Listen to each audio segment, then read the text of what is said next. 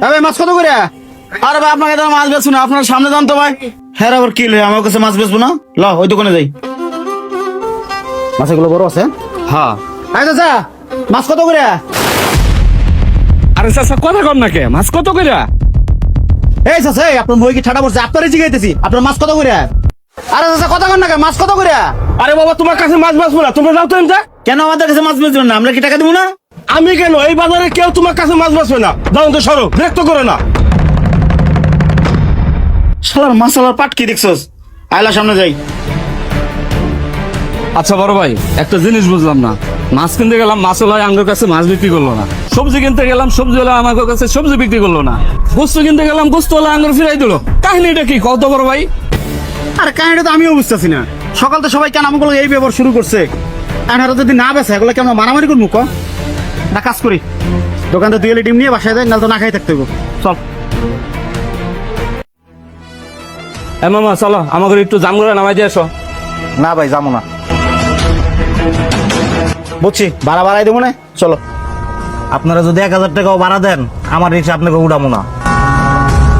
তোর এত বড় সাহস, তোর 1000 টাকা ভাড়া দিলেও তুই নামাই দিবি না? হ্যাঁ তুই কয়জনের গাছ তুলবি? সকাল তো সবাই আমাগুলো গাড়ি শুরু করছে, আমাকে দেখে সবাই মুখ খুলে নিতেছে। বুঝতেছি না আমাগুলো কি শুরু হয়েছে এগুলা। ল হাইটে যাইতেছি। শিমুল, সকাল তো দোকানে কোনো বেচা কিনে নাই, কাস্টমার যাওয়াই যা সব ঘুরে দিতেছে। আমাকে উপরে এটা কোন গজব শুরু হলো? এরকম হলে তো না খাই মরতে হইব। না বুঝতেছি না ভাই কিছু ভিক্ষে। ভিক্ষা নেবে না? দাঁড়াও। না না ভাই, আপনাদের কাছে কোনো ভিক্ষে নিতে পারবো না, থাকেন মিয়া। কি রে শিমুল, সামান্য 2 টাকার ভিক্ষুক আমাকে পাট লইতেছে, ঘটনাটা কি? তা তো কইতে পারতাছি না ভাই। না, এর রহস্য একটা আছে, যে কোনো একটা রহস্য আছে শিমুল। খবর ভাই, এর মধ্যে কোনো অবশ্যই রহস্য আছে। এই আলমগীর ভাই, কি হয়েছে ভাই? কই যেতেছেন? দোকানের জন্য মাল নিবেন না? না ভাই, আমি এখন তো সিদ্ধান্ত নিছি আপনাদের 2 ভাইয়ের দোকান থেকে আমি আর কোনো মালটাল কিনবো না। আমাদের দোকানে মাল নেবেন না? কারণ কি? ভাই কোনো কারণ টারণ কিচ্ছু নাই, এখন থেকে আমি সামনে জসিম ভাইয়ের দোকান থেকে মাল নেবো। আলমগীর ভাই, আপনি সারা বছর আমাদের সাথে ব্যবসা করছেন, সুখে থেকে সবসময় আপনার পাশে ছিলাম। আপনি হঠাৎ করে কইতেছেন আমাদের দোকান থেকে মাল কিনবেন না। ভাই কাহিনীটা কি ভাই? কাহিনী কিছুই জানেন না আপনি? না তো ভাই, কি কাহিনীটা কি কোন তো? থাক ভাই, যেহেতু আপনারা কাহিনী জানেন না, আপনাদের কাহিনী জানার দরকারও নাই। আপনারা মিয়া সমাজের দুশ্মন, থাকেন মিয়া। শিমুল, ভাই আলমগীর ভাই কিছু না কিছু জানে, হ্যাঁ দলে সব বেরাইবো। ল তো, ল বাইরে ধরি। এই আলমগীর ভাই, এই যাই। এই আলমগীর ভাই, ভাই সাইডেন ভাই। ভাই আপনাদের হাতে ধরে ভাই, ভাই আপনার দুটো পায়ে পড়ি ভাই। সকালতে আমাকে দোকান কোন বেচা কিনে নাই ভাই, আপনি মাল জিনিসটা কিনে ফিরে যেতেছেন। সকালে 2 ভাই বাজারে গেছি, আমার কাছে কেউ কোনো জিনিস বেচতেছে না, এমনকি ফকিরও বিক্রি নিতেছে না, রিক্সাওয়ালা রিক্সা উঠাইতেছে না ভাই। ভাই আমাকে লোক সব এমন করতেছে কে ভাই? আপনি নিশ্চয়ই জানেন ভাই, তো কোন না ভাই? ভাই আপনাদের হাতে ধরে ভাই, কোন না ভাই? কি হলো ভাই কোন? গতকালকে সকালে 2 ভাই মিলে কি করছেন একটু মনে করে দেখেন। আয়ো। আই বুড়ি, এই ডাক ধরো।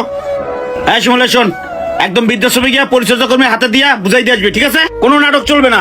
এই 50,000 টাকা, 1 বছরে জানি এই বুড়ি বাসার আশেপাশে না আসে, কোনো খোঁজ খবর নিবা না। তোমার জন্য বউগুলো অশান্তি করতে পারবো না। মা যাও, যাই বৃদ্ধাশ্রমে থাও, যাও। বাবারা এই বয়সে যদি তোরা আমার বৃদ্ধাশ্রমে দিয়ে ইউজ করে ছাড়া আমি কিভাবে থাকবো? এই মাই ঢং করো না, হাজার হাজার মানুষ বৃদ্ধাশ্রমে থাকে, তুমি একলা না। যাও যাও মা, আমাকে মাফ করো, দাও। তোমার ঘরে একটু কাম করতে গেলে আমার মাথায় ব্যথা, আমার এই অসুখ, আমার ওই অসুখ, তোমার বউ কথা ভালো লাগে না না? এখন যাও, যাই বৃদ্ধাশ্রমে থাও, যাও। এই যা সময় যা দিয়ে। এই মা আহ, এত ঢং করে না তো। আহ